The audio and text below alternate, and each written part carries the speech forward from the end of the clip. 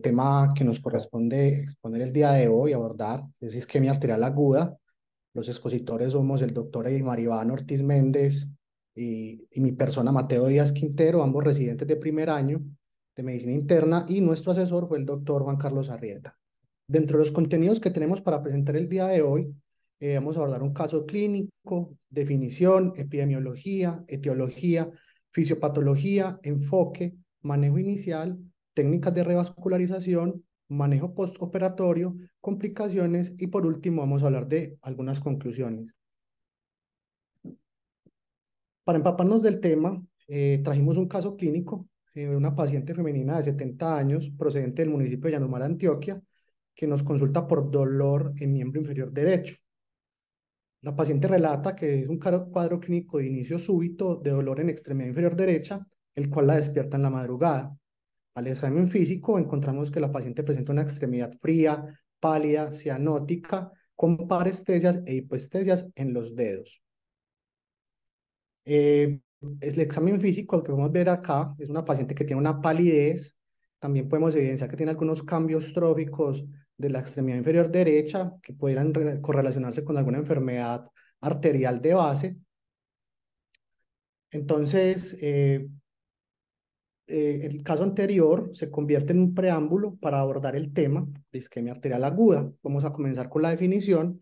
La isquemia arterial aguda es una disminución repentina de la perfusión de una extremidad con potencial amenaza para la supervivencia de la misma con una duración inferior a 2 semanas, que requiere valoración y tratamiento urgentes. Todo esto enfocado en disminuir el riesgo de complicaciones tales como discapacidad, amputación y muerte. En contraste a esto, tenemos que diferenciar la isquemia arterial aguda con la isquemia crónica que amenaza la extremidad, que digamos que se caracteriza con una enfermedad arterial periférica de base, que supera los 14 días en un paciente que presenta gangrena, úlceras que no mejoran y de base podría tener un dolor claudicante. La epidemiología fue consultada de las guías europeas para el manejo de la isquemia arterial aguda. Nos muestran que en Estados Unidos la incidencia de embolización entre los años de 1998 y 2007 fue de 23.3 por cada 100.000 personas por año. Esta es una entidad que no diferencia sexo, es decir, afecta por igual a hombres y a mujeres. Y tener un Rutherford más avanzado, por ejemplo, en este caso un Rutherford mayor a 2B, tiene un OR de 4.19 para la mortalidad. La mortalidad hospitalaria es de un 6.3%, las tasas de amputación son de 6.4%, y la verdad me parece algo escandaloso que la mortalidad al año casi que va llegando al 50%. A continuación haremos un contraste en las causas. Voy a presentar algunos aspectos clave por razones de tiempo. Entonces, en general, tenemos dos grandes causas o dos grandes rasgos, etiologías embólicas y etiologías trombóticas, donde las etiologías trombóticas representan casi el 85% de los casos de esta enfermedad que estamos abordando, y las etiologías embólicas representan más o menos un 15%, de las cuales más del 85% de las etiologías embólicas son de origen cardiogénico, contrastando la fibrilación auricular, la disfunción grave del ventrículo por enfermedad cardíaca, enfermedad valvular, y en contraste con la trombótica, una ruptura de una placa aterosclerótica en pacientes con alta carga aterosclerótica, valga la redundancia. También tenemos fenómenos vasculares como aneurismas aórticos, ilíacos o popliteos que también pueden generar trombos que hagan embolización a la extremidad. Además, en cuanto a la etiología trombótica, tenemos algunos estados de hipercoagulabilidad. Esto nos hace pensar más que todo en pacientes jóvenes, a enfocar, por ejemplo, un síndrome antifosfolipídico, entre otras causas. El abordaje clínico comparativo de las etiologías, tanto embólica como trombosis in situ, es que ambas entidades pues, se presentan en menos de 14 días, pero la embolia tiene un inicio más rápido. En cambio, una trombosis in situ tiene un inicio más impreciso, más larvado, más insidioso. El paciente con embolia puede tener una patología cardíaca de base y valga la redundancia, y los antecedentes de la trombosis in situ son importantes en cuanto a la enfermedad arterial obstructiva crónica. En cambio, una embolia, por lo general el paciente no tiene este antecedente. En el examen físico, son muy parecidos, tienen algunas diferencias. Por ejemplo, en embolia podemos encontrar un patrón moteado, un paciente que tiene una extremidad contralateral con pulso preservado, a diferencia de una trombosis in situ que tiene un pulso contralateral normal, que hace referencia a que tiene una enfermedad arterial de base. Estos pacientes de una embolia por lo general no tienen cirugías vasculares previas, a menudo la trombosis in situ pudiera tenerlas, pero el manejo no se diferencia. Entonces, realmente eso es como para enfocarla clínicamente, pero el manejo va a ser el mismo y más adelante lo vamos a abordar. En cuanto a la embolia, se puede presentar inicialmente como un Rutherford 2B, que es un Rutherford un poquito más ominoso, versus una trombosis in situ que tiene un Rutherford 2A que no es tan ominoso. Ya más adelante les voy a explicar por qué.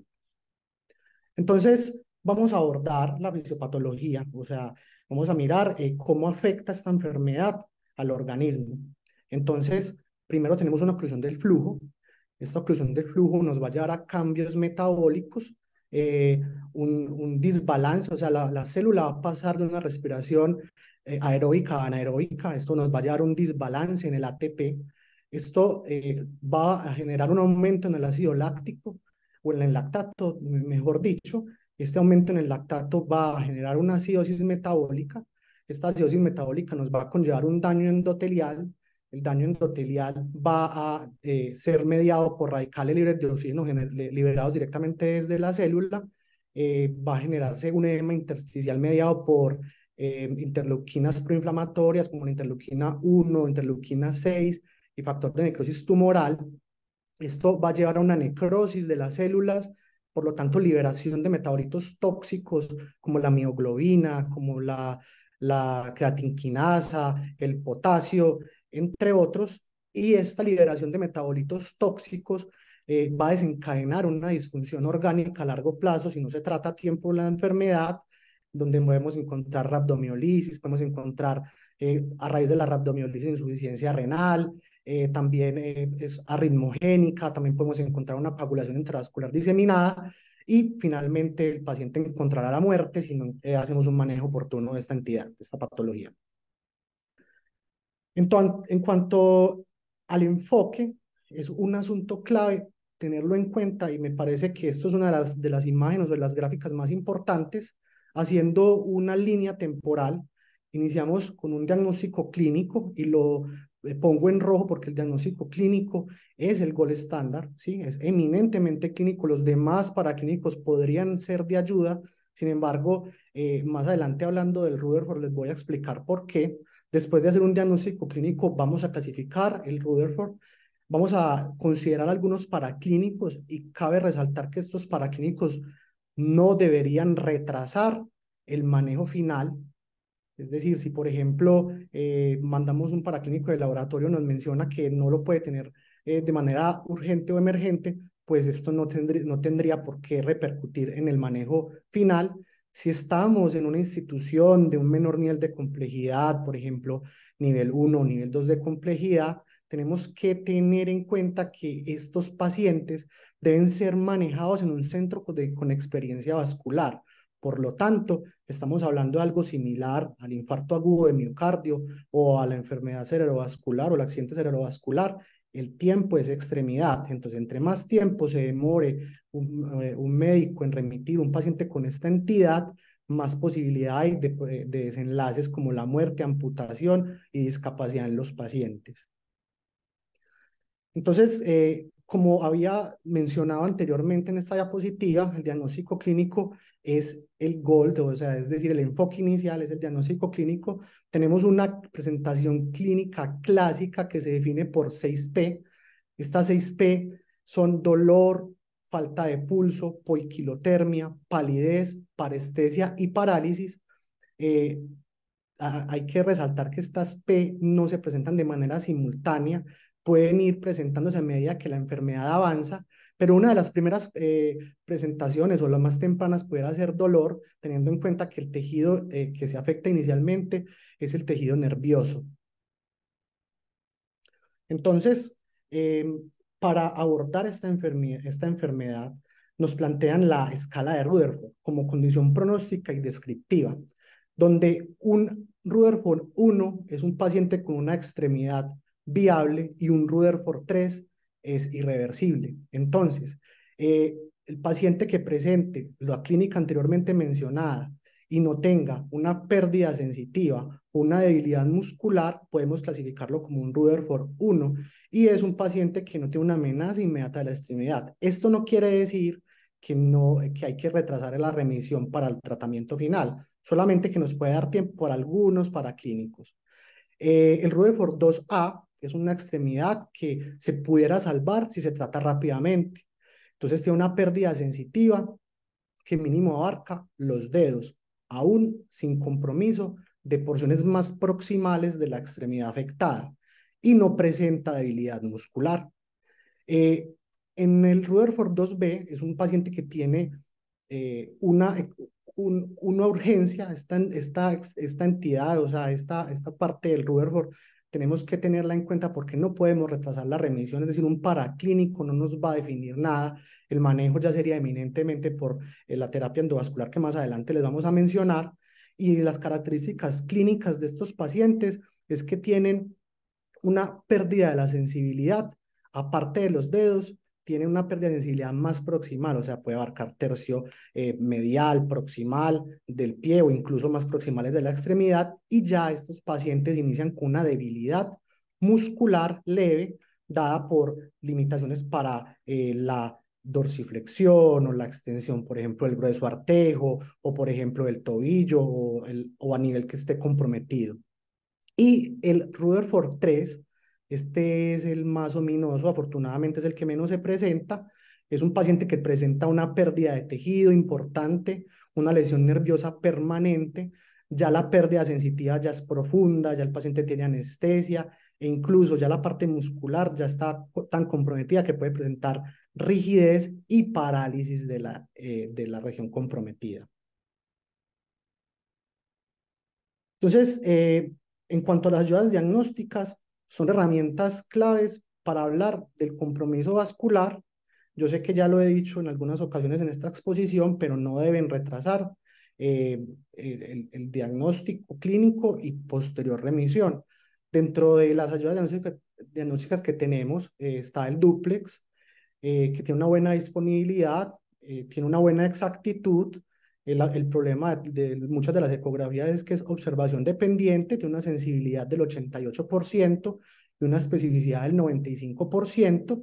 Tenemos también la tomografía computarizada, que tiene una buena disponibilidad, una buena exactitud y además, aparte de evaluar el árbol vascular, también nos evalúa estructuras adyacentes al mismo. Nos encontramos también con la angioresonancia, que no está tan disponible en nuestro medio. Tiene una buena exactitud, pero pueden ver que no supera el la angiotomografía en cuanto a exactitud. Y pues el gold estándar, que es la angiografía digital, que se utiliza, pues tiene una buena disponibilidad en los centros de experiencia vascular, tiene una buena exactitud y aparte de ser diagnóstica, es terapéutica. Entonces, en cuanto a las recomendaciones en vista de lo que les acabo de mencionar, en la guía europea de isquemia arterial aguda, nos dan una clasificación 1B. Para los pacientes con isquemia aguda, la angiotomografía es recomendada como la primera imagen para valorar la anatomía de la extremidad. Y también nos dice, y valga la redundancia, pues, en cuanto a lo que les he mencionado toda la exposición, que las mediciones de mioglobina o creatinquinasa no se toman como base para tomar decisiones de revascularización o amputación. En cuanto a las ayudas diagnósticas, seré muy poco profundo en esta parte porque mi compañero ahorita va a ser un poco más profundo. Entonces podemos solicitar un hemograma, una PCR para valorar inflamación, para valorar posibilidades de compromiso sistémico, electrolitos para evaluar las liberaciones, una hipercalemia, una hipercalcemia, evaluar la función renal. Eso es el primer órgano comprometido en esta entidad por la liberación de mioglobina y la falla renal que puede generar una CPK, un electrocardiograma que nos puede mostrar causas de esta embolia, por ejemplo, una fibrilación auricular o incluso hay infartos agudos de miocardio que se manifiestan con esto. Obviamente hay que partir de la clínica, un paciente con dolor en el pecho, y una ecocardiografía que nos puede mostrar alteraciones estructurales anatómicas e incluso trombos intraventriculares o intraauriculares.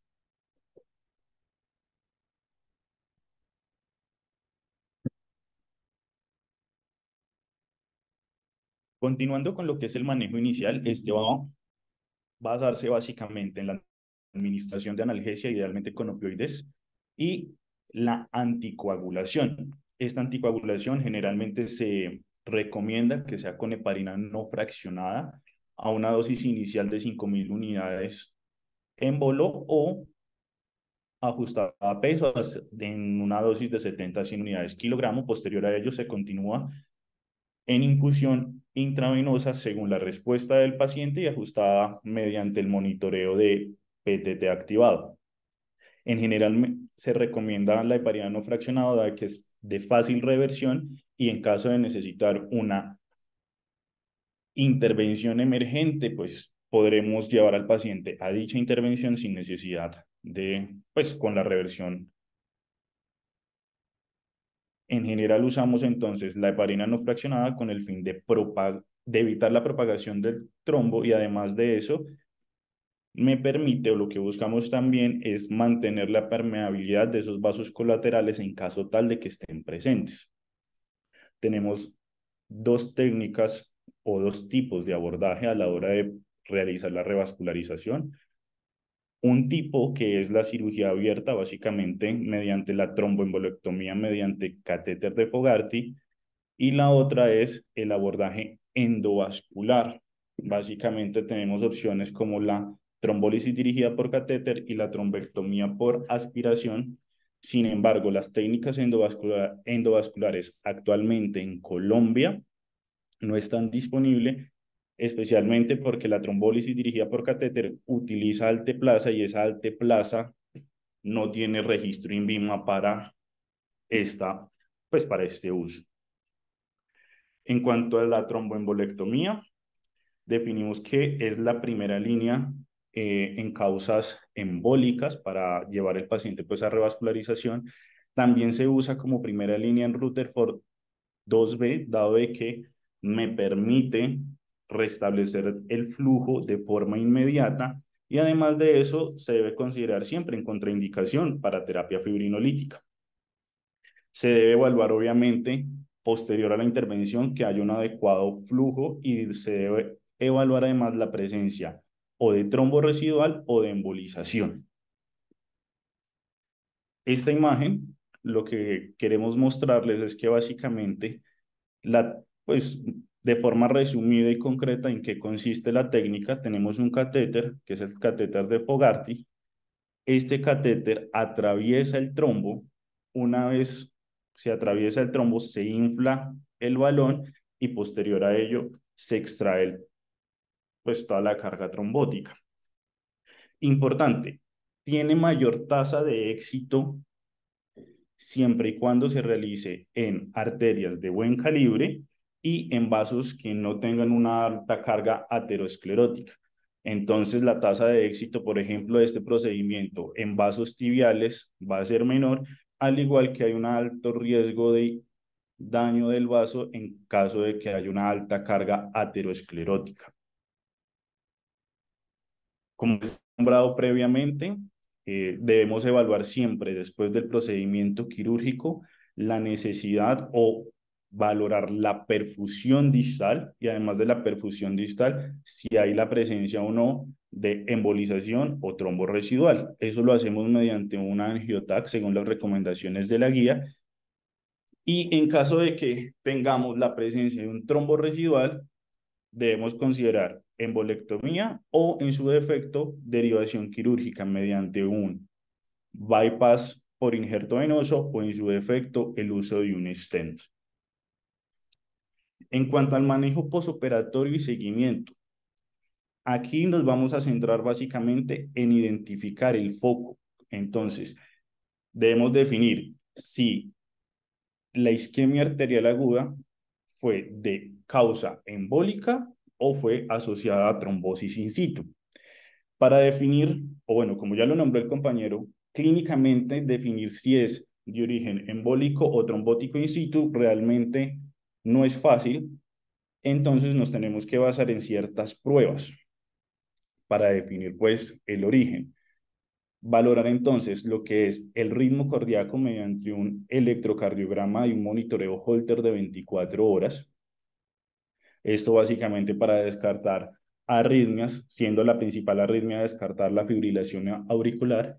Vamos a realizar también un ecocardiograma. Ese ecocardiograma buscando descartar la presencia de trombos intracavitarios y además de los trombos, evaluar la presencia o no de lesiones valvulares o también, por ejemplo, la presencia de procesos infecciosos como endocarditis infecciosa que me pueden generar embolización. En caso tal de que ese ecocardiograma y esa evaluación del ritmo de base sean normales, debemos solicitar un angioTAC de toda la aorta con la finalidad de valorar la presencia de aneurismas o placas ateroscleróticas, que sean pues el origen de la embolización. Si definimos que hay un trombo intracardíaco o una fibrilación auricular, pues lo que tenemos que hacer es administrar o definir el manejo a largo plazo con anticoagulación en este tipo de casos, que es lo que nos recomienda la guía. FA, pues probablemente usaremos el DOAC y en caso de trombo intracardíaco definiremos la necesidad o no, por ejemplo, del uso de warfarina a largo plazo. Si definimos entonces que la la isquemia arterial aguda fue secundaria como tal a una ulceración o ruptura de una placa aterosclerótica, lo que debemos hacer es el control de los factores de riesgo. Entonces debemos controlar o decirle al paciente, vamos a dejar de fumar, vamos a manejar lo que es el riesgo cardiovascular con las estatinas y definiremos el uso de la terapia antitrombótica. Respecto a la terapia antitrombótica, eh, tradicionalmente se ha usado el aspirina o el clopidogrel para el manejo a largo plazo en enfermedad arterial periférica crónica. Actualmente se han hecho diferentes estudios para valorar el uso concomitante con dosis bajas de rivaroxaban. Específicamente en este contexto posoperatorio se encuentra este estudio, que es el Viager-PAT. En este lo que se hizo fue que se tomó población de 50 años o más que tenían una enfermedad arterial periférica documentada y que en los 10 días previos habían sido sometidos a procesos de revascularización, ya sea de forma abierta o mediante terapia endovascular. Lo que hicieron o la intervención que ellos plantearon fue administrar o asociar rivaroxaban a dosis de 2.5 miligramos cada 12 horas junto a la terapia antiplaquetaria habitual, que es la aspirina, comparándolo con aspirina y placebo. Y lo que buscaron o lo que pretendían era evaluar un desenlace compuesto de isquemia arterial aguda, amputación mayor por causa vascular, infarto agudo de miocardio, stroke isquémico o muerte por causas vasculares. ¿Qué tenemos entonces? Valorando el desenlace primario que les acabé de nombrar. Entonces, tenemos que, si bien es cierto, como vemos aquí, tenemos un hazard ratio de 0,85, mostrando que realmente la intervención impactó en el desenlace compuesto, pero si vemos las filas inferiores, vamos a observar entonces que realmente este desenlace compuesto fue o se debió principalmente al impacto que tuvo la terapia antitrombótica asociada, pues la terapia antitrombótica combinada de aspirina con dosis bajas de rivaroxaban sobre la isquemia aguda de extremidad a 3 años, sin impactar realmente en infarto agudo, sin impactar en ACV isquémico, tampoco en amputación mayor por causas vasculares, ni tampoco un impacto real en lo que son las muertes, pues la muerte por causa cardiovascular. Basados en esto, definimos entonces que se podría considerar la adición de rivaroxaban a la terapia antiplaquetaria habitual. Esto siempre y cuando el paciente tenga un bajo riesgo de sangrado y siempre y cuando la función renal del paciente esté con un aclaramiento de creatinina por encima de 15. Respecto al manejo posoperatorio, ¿cuándo vamos a sospechar malignidad o un proceso de trombofilia, especialmente en pacientes jóvenes, idealmente en pacientes menores de 60 años? Sí, básicamente en pacientes menores de 60 años y especialmente si tienen presencia tanto de trombosis arterial como de trombosis venosa de forma simultánea. Dentro de las complicaciones que pueden presentarse secundarios a una isquemia arterial aguda, tenemos la lesión de reperfusión y el síndrome compartimental. Entonces, una vez aliviamos esa obstrucción del flujo sanguíneo, esos radicales libres que se produjeron en esa etapa de isquemia son liberados y además de eso el proceso inflamatorio causa que los neutrófilos infiltren, perdón, los tejidos reperfundidos. Eso me ocasiona entonces vasodilatación y me lleva también a presencia de fuga capilar con el consecuente desarrollo de edema de los tejidos. Recordar entonces que los músculos como tal se encuentran envueltos dentro de la fascia y eso me genera entonces de que hay un edema en un tejido que tiene poca capacidad de expansión dado la fascia y esto me genera entonces un aumento de la presión dentro del compartimento que me lleva a una reducción de la perfusión y me genera nuevamente isquemia en unos tejidos que ya estaban previamente afectados. La incidencia como tal del síndrome compartimental varía del 25 al 30%, puede llevar a la amputación a pesar de que al paciente ya se le haya restablecido el flujo arterial. El diagnóstico también va a ser basado en signos y síntomas clínicos. Aquí vamos a volver a presentar, o el paciente presentará nuevamente dolor que puede ser severo. Vamos a encontrar edema de la extremidad con hipersensibilidad a la palpación. Puede haber parestesias, déficit motor y puede haber ausencia de pulsos también. Si bien es cierto, lo que es la mioglobina y la creatinquinasa son dos enzimas que se asocian al daño isquémico de los músculos. Ellos realmente no hacen el diagnóstico. Sabemos entonces que la mioglobina puede depositarse en los túbulos renales, causando lesión renal, aumentando así el riesgo de mortalidad. La CK se puede elevar, su elevación realmente es tardía en síndrome compartimental y pues no nos sirve para un diagnóstico temprano. Niveles entre 5.000 y 10.000 van a ser indicativos de lesión por reperfusión y síndrome compartimental, diagnóstico de rhabdomiólisis a partir de niveles de 20.000 en la CK. Bueno, otra parte del diagnóstico, aunque todavía no está muy estandarizado, es la medición de la presión intracompartimental. Se dice entonces que mediante un manómetro por aguja se debería medir la presión de los compartimentos de la fascia, siendo diagnóstico si esta presión se encuentra por encima de 20 a 30 milímetros de mercurio.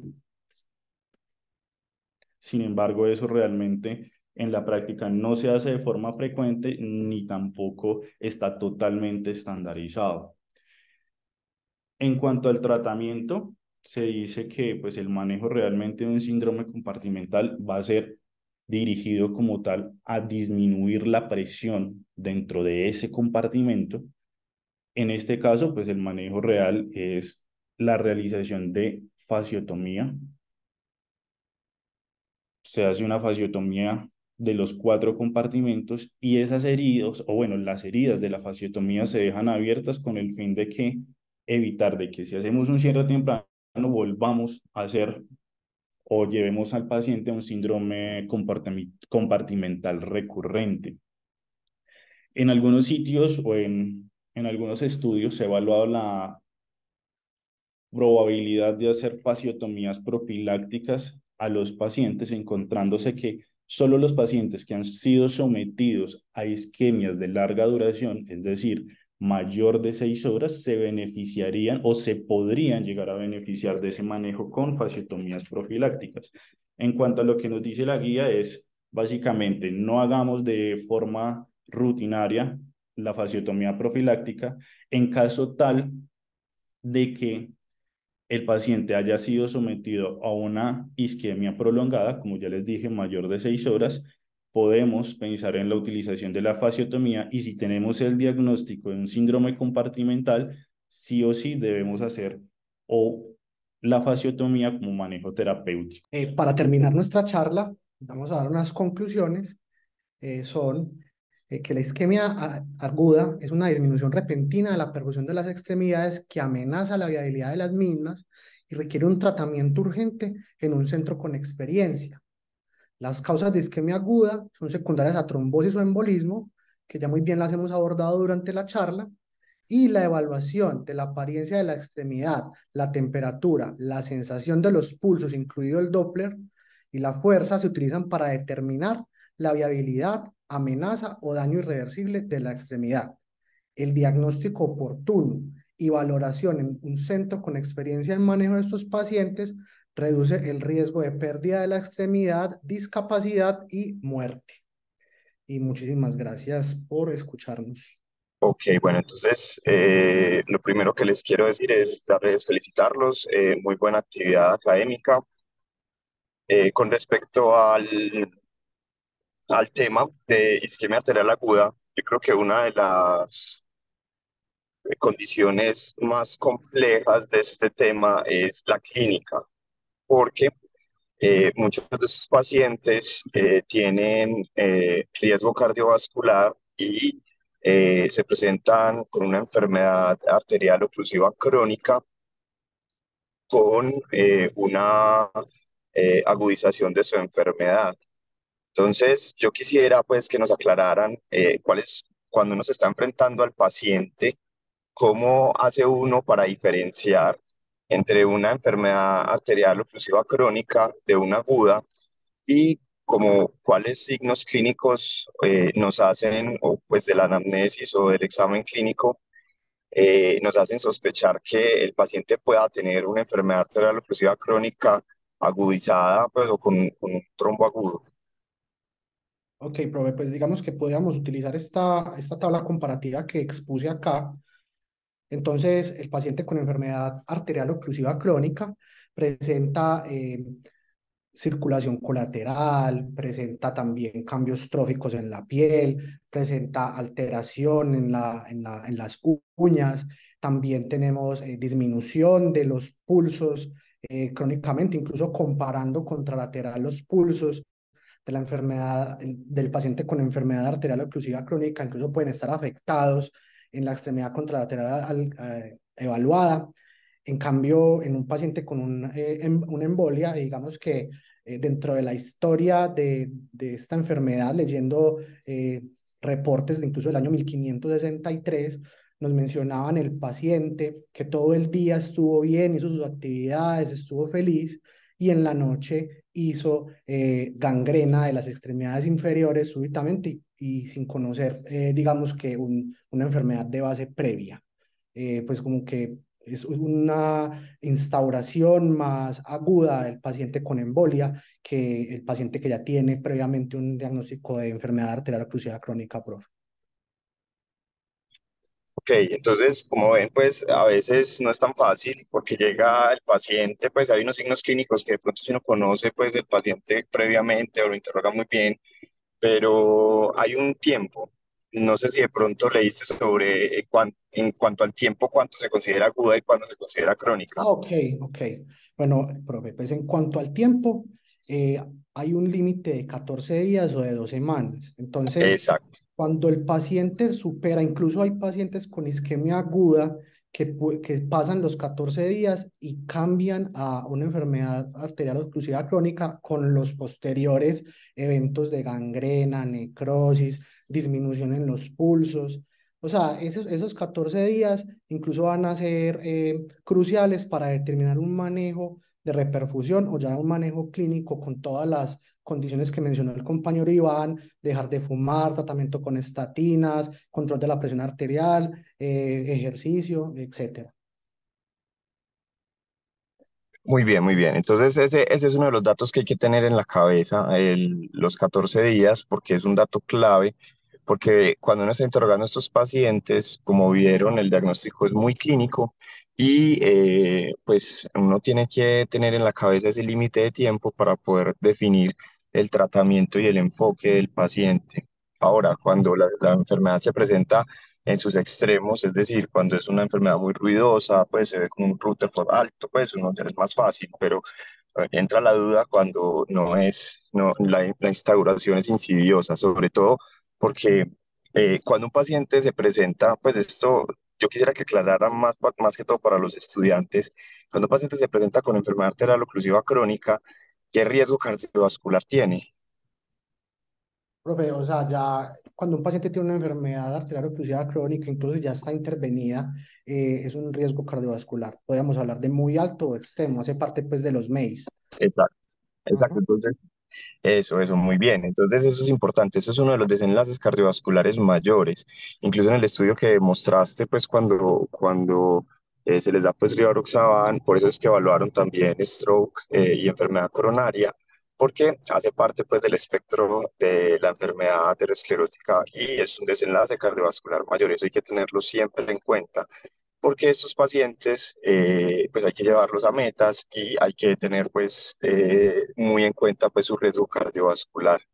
Y entonces lo último pues que es un error muy común que uno nota pues en la práctica clínica es el uso de las ayudas diagnósticas, que ustedes lo explicaron muy bien, los quería felicitar. Porque las ayudas diagnósticas, pues, es diferente cuando nos estamos enfrentando en el contexto de un paciente con enfermedad arterial oclusiva crónica, donde pues el uso de la pletismografía es fundamental, mientras que en este caso, pues ustedes lo mencionaron, hay otras ayudas diagnósticas como el Doppler, pero el Doppler es más para la enfermedad aguda. No sé si de pronto el profe Arrieta tenga algún comentario, yo los quería felicitar a los dos, Mateo y Iván, por la presentación.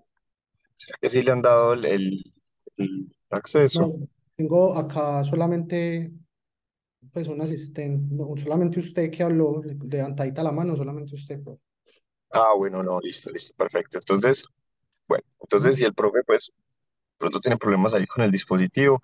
Importante de nuevo, el Doppler, ¿cierto? No se pide siempre de rutina para la enfermedad crónica, sino que es para más, pues lo podemos usar para la enfermedad aguda. Y otro punto importante que se me había olvidado mencionarles es que esto es una urgencia, una emergencia, ¿cierto?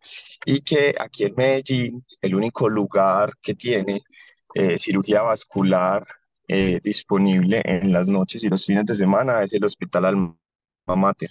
Entonces, pues realmente si nosotros tenemos pues una cantidad significativa de casos de este tipo de enfermedad, pues nuestros internistas vasculares y cirujanos vasculares manejan una cantidad significativa de casos y bueno, es un centro pues que tiene experiencia, eso también ustedes lo mencionaban en la charla, porque pues esto se puede presentar a cualquier hora y es importante este tema. Lo otro que quería aclarar es que pues los pies siempre son como una ventanita para el tema de la enfermedad coronaria. Entonces es muy probable que un paciente, como tenga las arterias de los pies, puede tener algún tipo de enfermedad coronaria. Esto es una relación una correlación que existe pues entre la enfermedad arterial oclusiva y la enfermedad coronaria y que pues cuando es de origen ateroesclerótico. Ahora, Cuando es de origen embólico, pues ya la cosa cambia y ustedes lo mencionaron muy bien. Como esto es una urgencia, lo primero que hay que hacer es tratarlo, salvar la extremidad y después de que lo tratamos y salvamos la extremidad, pues, pues dejamos pues los estudios para poder definir si es de origen embólico o si es de origen ateroesclerótico, porque con la clínica es más complejo. Ya si es de origen embólico, pues hacemos el tratamiento enfocado al origen embólico, o si es de origen aterosclerótico, pues ya podríamos saber, pero aquí es una de las condiciones en donde uno primero salva la extremidad y ya después empieza a preguntar el por qué, cómo empieza todo, pero lo primero que uno tiene que pensar es cómo podríamos nosotros evitar que el paciente pierda la extremidad. Y otro punto importante es el tema de la actividad física, que pues muchos de estos pacientes que se presentan a urgencias muchas veces están postrados en cama y eso hace que la enfermedad no se manifieste tanto, sobre todo cuando es aterosclerótica, cuando es embólica sí, pero cuando es aterosclerótica, como están postrados y no hacen actividad, entonces son pacientes que nunca han manifestado la claudicación, entonces es un poco más complejo. Ya cuando se presenta de forma aguda, pues habría que evaluar ya el tema con geriatría, porque pues hay pacientes que no tienen, por ejemplo, que tienen un stroke, ya no caminan, están postrados y por su enfermedad pues aterosclerótica también hacen algún tipo de compromiso vascular en extremidades y ahí es donde se complica un poco porque uno tiene pues el dilema ético de, bueno, este paciente va a perder la extremidad, no camina, entonces sí es importante hacer un manejo multidisciplinario y considerar siempre pues considerar el apoyo si se tiene pues de medicina interna vascular. No sé si alguien tiene alguna pregunta, algún otro comentario. Buenos días, primero que todo los quería felicitar, me parece muy pertinente, lo felicito sobre todo por este tema que casi los clínicos no nos preocupamos por enfocar y que es muy importante. Lastimosamente, todavía seguimos viendo mucha isquemia arterial aguda con amputación de la extremidad, incluso casos que suceden en las entidades hospitalarias. Y yo que doy fe de que el grupo de nosotros de cirugía vascular se activa y es reactivo ante estos casos. A veces la demora se da, es la demora que pone en riesgo la extremidad se da en el momento del diagnóstico. Entonces, cuando uno sospecha una isquemia arterial aguda, independientemente de la clasificación que tiene que actuar rápido. Ese es el mensaje debido claro para todos, incluso los estudiantes, porque la gran mayoría van a salir a trabajar en centros de primer nivel y no Sí. pueden aprender que si la isquemia es grado 1, que el paciente tiene algo de dolor, tiene el pie frío, pero lo mueve y no tiene parestesias, entonces no lo remito porque eso me dijeron que muchos o algunos de estos pacientes en un volumen importante se les da manejo médico. Entonces, la idea es que, como muy bien lo dijiste al principio, eso es una de las cosas, el tiempo de esa extremidad. Ajá. Entonces, muy pertinente eso. Incluso, incluso con una isquemia grado 2B, si usted clasifica al paciente y ya tiene alteración motora, ni siquiera pierda tiempo pidiendo el Doppler antes de haber llamado al cirujano, porque esos pacientes incluso está indicado que se sometan a exploración solo con la valoración clínica. Lo otro que quería hacer hincapié, que ustedes muy bien mencionaron lo que dice la guía, pero tengan en cuenta los tiempos en los cuales se hace un angiotac en hospitales especializados donde salen estas recomendaciones. Y como bien lo dijo Alejo, recuerden que tienen un examen que tú mismo lo mencionaste, con una buena sensibilidad y una buena especificidad para el diagnóstico, como es el Doppler arterial.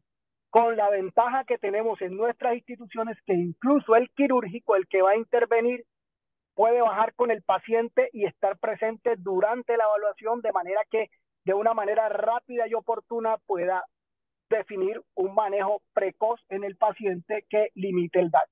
Recuerde que entre más tiempo pase, incluso para aquellos pacientes que no pierden la extremidad, pero que estén con más tiempo con isquemia, también va a haber más riesgo de complicaciones posteriores, como el síndrome de reperfusión, que también puede llevar a la muerte a los pacientes, o incluso, como lo dijiste, el síndrome compartimental. Entonces, en esto es tratar de ser oportuno, no perder tiempo con los exámenes, incluso recordar que un angiotac en nuestro medio puede ser muy demorado, que tenemos el Doppler y que incluso si usted tiene un 2B, puede llamar al cirujano para que lo evalúe clínicamente.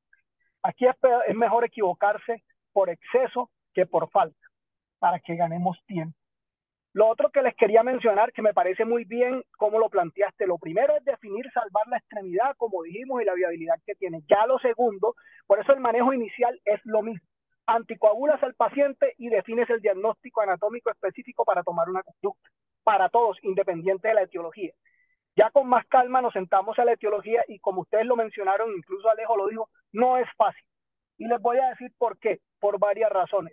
Primero, del 50 al 75% de los pacientes con enfermedad arterial obstructiva crónica son asintomáticos. Entonces no van a ser pacientes en su gran mayoría que van a venir con una clínica florida de claudicación, por ejemplo. Segundo, en el contexto general, los factores de riesgo que producen enfermedades arteriales o ateroscleróticas son los mismos que producen las enfermedades cardíacas que terminan derivando en embolia, como los síndromes coronarios agudos con dismotilidad del ventrículo izquierdo y embolia del ventrículo izquierdo, o los pacientes con fibrilación auricular. Pero de todas maneras nosotros sí tenemos que ser acuciosos. O sea, lo que les digo es que siempre es difícil. Al final, uno empieza por un juego de probabilidades. Entiendan que la gran mayoría de pacientes que vemos con esta clínica son pacientes de avanzada edad, son pacientes con factores de riesgo cardiovascular y en este grupo de pacientes, en lo global, la causa más frecuente es una trombosis in situ por una arteria previamente dañada, ¿cierto? Y en segunda instancia, entonces ya están los fenómenos embólicos, donde muy bien lo dijeron, hay que mirar el corazón con Holter y ecocardiografía, hay que mirar la aorta en todos sus segmentos. Usted puede tener una aorta Shaggy, una aorta llena de placas ateroscleróticas inestables que suelten trombo, puede tener enfermedad aneurismática que también es causa de embolismo distal. Recordar, por ejemplo, que el sitio anatómico, si la obstrucción, si vemos arterias sanas, por eso es importante la descripción quirúrgica y la lectura adecuada de imágenes, que en eso hemos fallado un poco.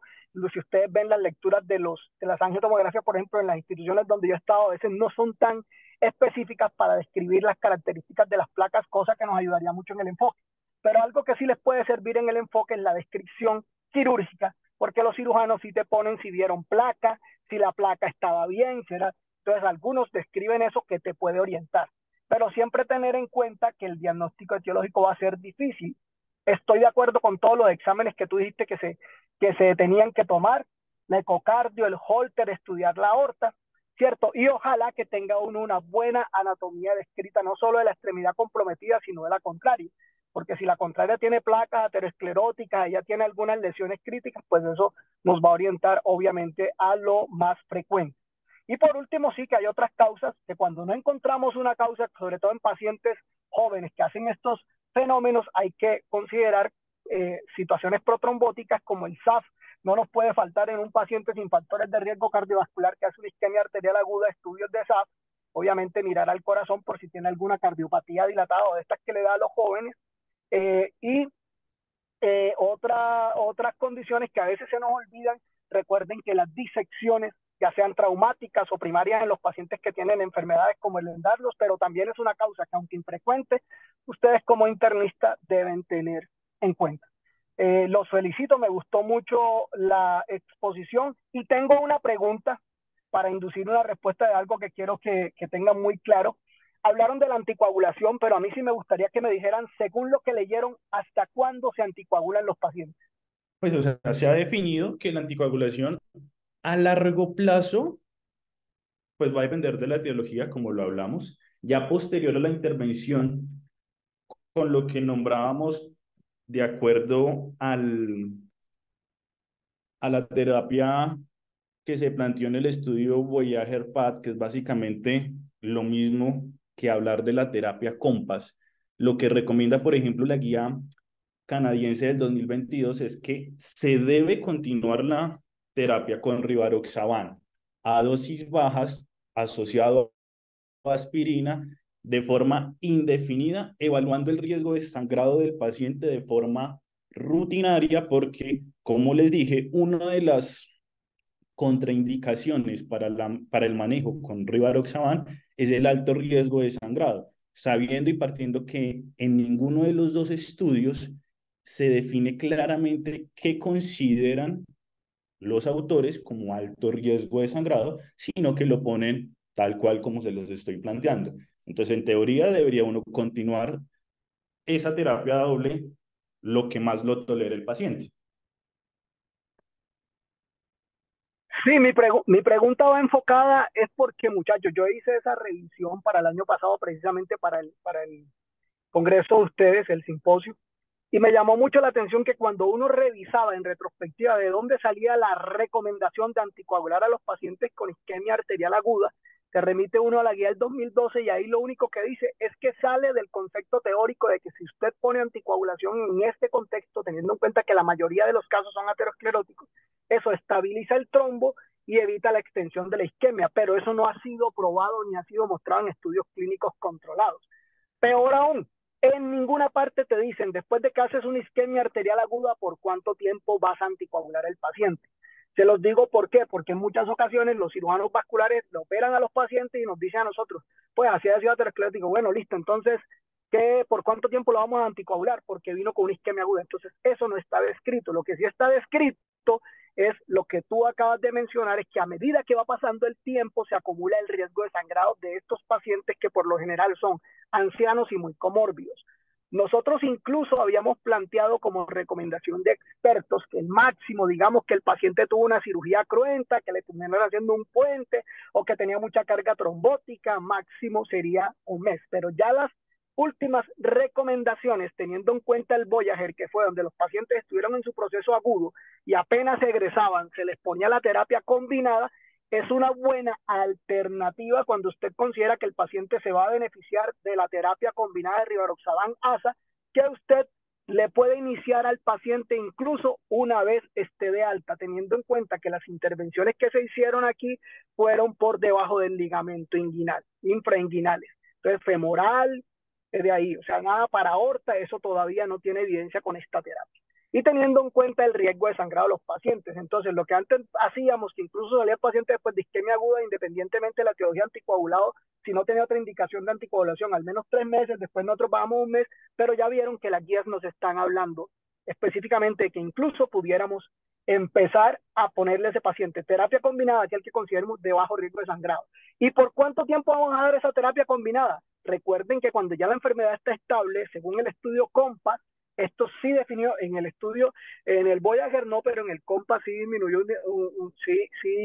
disminuyó mortalidad cardiovascular. Entonces todo lo que disminuya mortalidad cardiovascular para que el paciente viva más se lo debemos dar por tiempo indefinido.